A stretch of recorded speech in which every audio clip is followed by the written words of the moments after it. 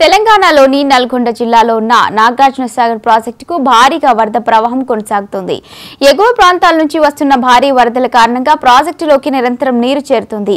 దీంతో అధికారులు 26 గేట్లను ఎత్తి దిగువకు నీటిని విడుదల చేస్తున్నారు.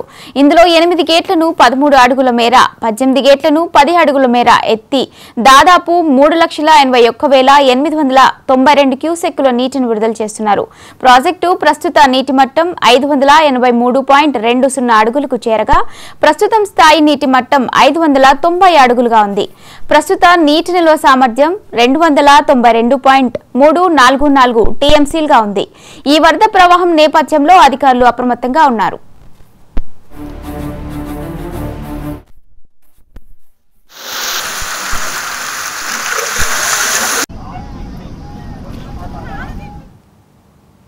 తెలంగాణలోని నల్గొండ జిల్లాలో ఉన్న నాగార్జునసాగర్ ప్రాజెక్టుకు భారీగా వరద ప్రవాహం కొనసాగుతుంది. ఇదే అంశంపై మరిన్ని అప్డేట్స్ మా కరెస్పాండెంట్ రాము అందిస్తారు. రాము, చెప్పండి.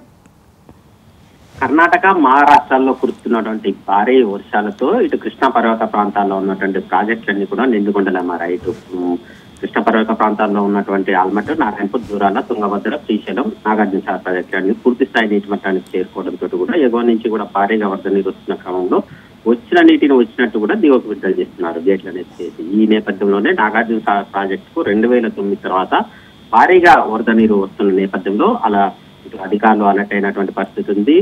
ఈ మొదటి ప్రమాద హెచ్చరికను కూడా జారీ చేసినటువంటి అధికారులు దిగువన ఉన్నటువంటి కృష్ణా పర్వత ప్రాంతాల్లో ఉన్నటువంటి ఎవరైతే మత్స్యకారులు కావచ్చు, పశువుల కాపర్లు, సమీప గ్రామ ప్రజల్ని కూడా అప్రమత్తంగా ఉండాలని చెప్పేసి ఇప్పటికే ఆదేశాలు జారీ చేశారు. ఎగువ నుంచి కూడా భారీగా వరద నీరు వస్తున్న నేపథ్యంలో ఇటు కృష్ణా పర్వత ప్రాంతాల్లో కూడా ఇప్పటికీ కూడా ఇంకా భారీ వర్షాలు కురుస్తున్నాయి. దీంతో కూడా ఇంకా భారీ వరద నీరు వస్తుందని చెప్పేసి కూడా ఎగువ నుంచి అలర్ట్ రావడంతో కూడా ఇక్కడికి దిగువన ఉన్నటువంటి ప్రాజెక్ట్ అధికారులు కూడా ఎప్పటికప్పుడు కూడా పరిస్థితిని సమీక్షిస్తున్నారు.